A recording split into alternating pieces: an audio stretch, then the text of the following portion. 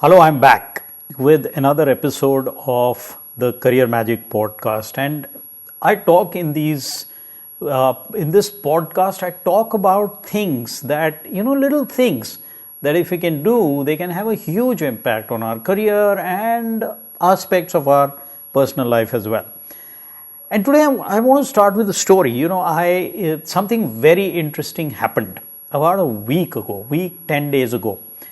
I live in Pune, in a gated community, a very nice little gated community, and so there is a wall around our community, and across our east wall, there are some bungalows and a couple of apartment buildings. So they're quite close, and and the wall is not very high. So the wall is probably about 6 feet high, and there is a little, not even 6 feet high, and there is a little barbed wire fence on top of the wall which runs all around. And so if there are loud noises on one side of the fence, either in our community or in these bungalows or the apartment buildings that I was talking about across our east wall, then it can be clearly heard on the other side.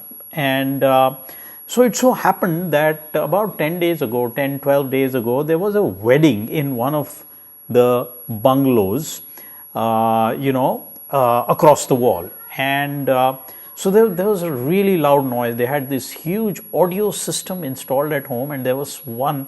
Indian weddings tend to go on for a number of days, and there's a lot of festivities, loud noises.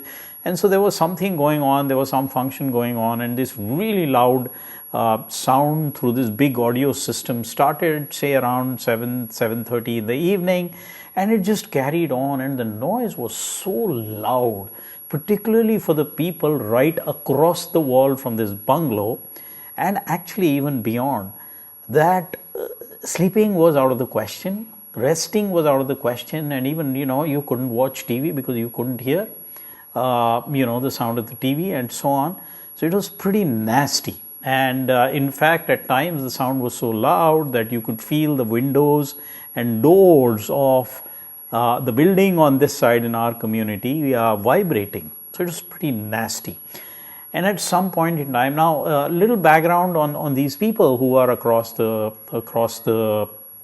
wall in that bungalow. So these people actually were the original landowners of the place where our properties are.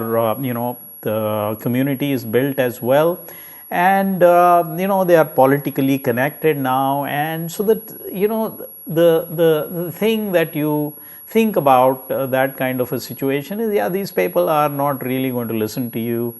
They are going to do what they want, and so on and so forth. So in our community WhatsApp group, there was a conversation going on about calling the cops and all of that, and eventually some people did call the cops.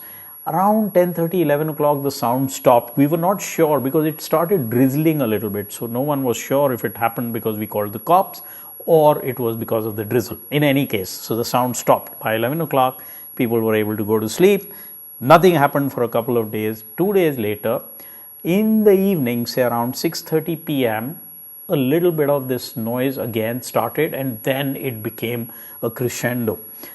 Very loud noise, and it was evening time. It was early for a function, but clearly they were actually having another function that night. As I said, Indian weddings tend to go on for multiple days, and there was some action going on, and then the sound stopped. And people thought, oh, okay, maybe it's not happening, but we knew that they were only testing the system, and pretty soon, maybe 7:30, 8 o'clock, the ruckus was going to start again.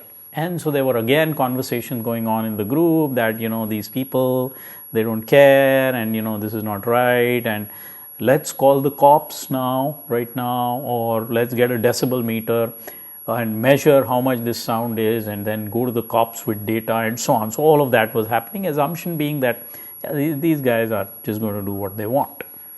Now, I had a thought, and I shared that with my wife. My wife is part of the managing committee of our housing society, and it's almost an all ladies committee, house managing committee. So I said, Suniti, how about someone, maybe a couple of you, just going across and talking to them and finding out what's going on and telling them what's the impact it's having on us. And she said okay, and she talked to our chairman of our housing society, who is a very emotionally intelligent lady, very smart, calm, really good with people. And she was thinking along the same lines actually.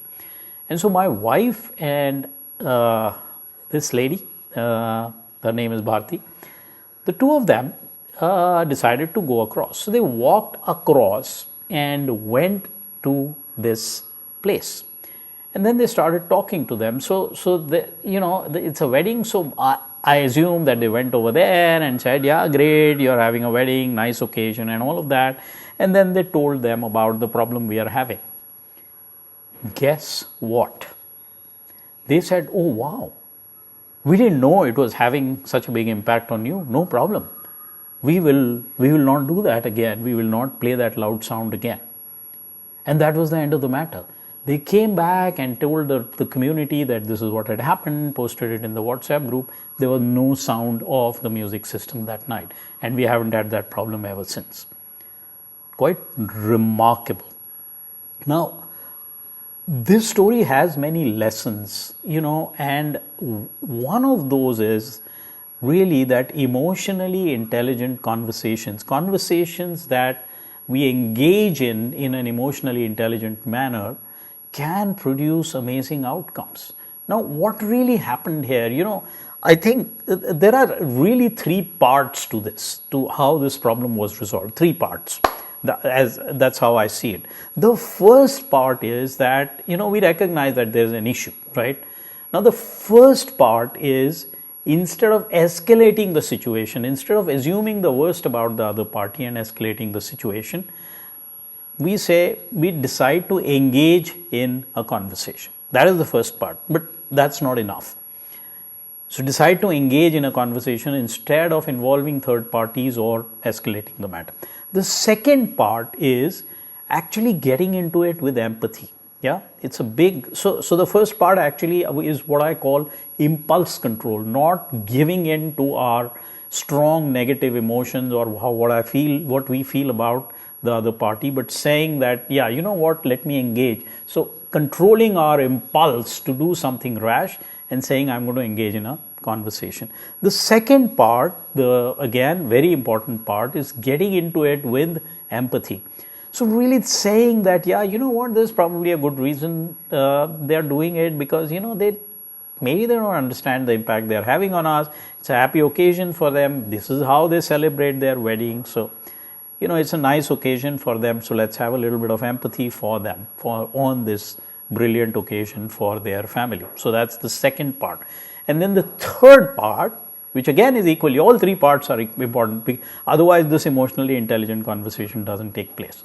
The third part is going there and being assertive and telling them that, hey, this is what is happening.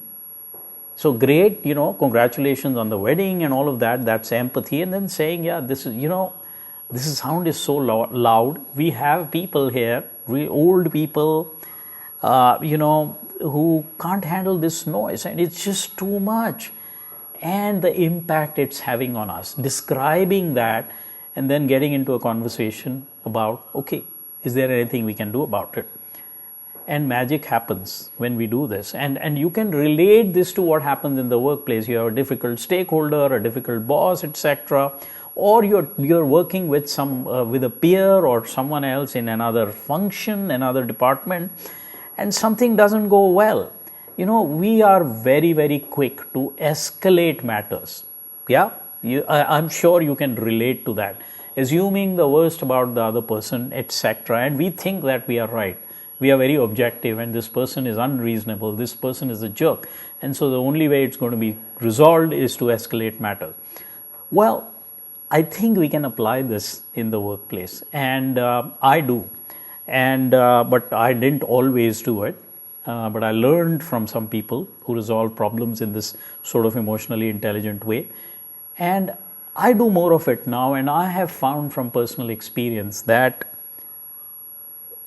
very often the problem gets resolved in an amicable way rather than getting into a really nasty situation with escalations and the bad sort of language being used and people blaming each other. It can get resolved. So what are the three things? The first thing is impulse control. Very big part of emotional intelligence. So control your impulse when you're angry, upset, frustrated, irritated, feeling strong negative emotions. Impulse control and decide, I'm going to engage in a conversation. Number two, empathy. Go into it thinking that there's probably a good reason they're doing what they are doing. I want to find out more, and I want to come at it from a position of empathy and listen to what's going on. And the third is being assertive, saying that, this is what is happening and this is the impact it's having on me, and let's work on resolving this. So these are the elements of this particular emotionally intelligent conversation using these competencies, and try it and see what happens. And I'm telling you, you will be surprised at the results. You will not solve every single problem like this, but if you are solving 70-80% of them or even 50% of them in this fashion, in an amicable way, you're way ahead of the game. Yeah. So try it, see what happens, and leave me a comment in the comments section. Talk to you later again in the next episode of the Career Magic podcast.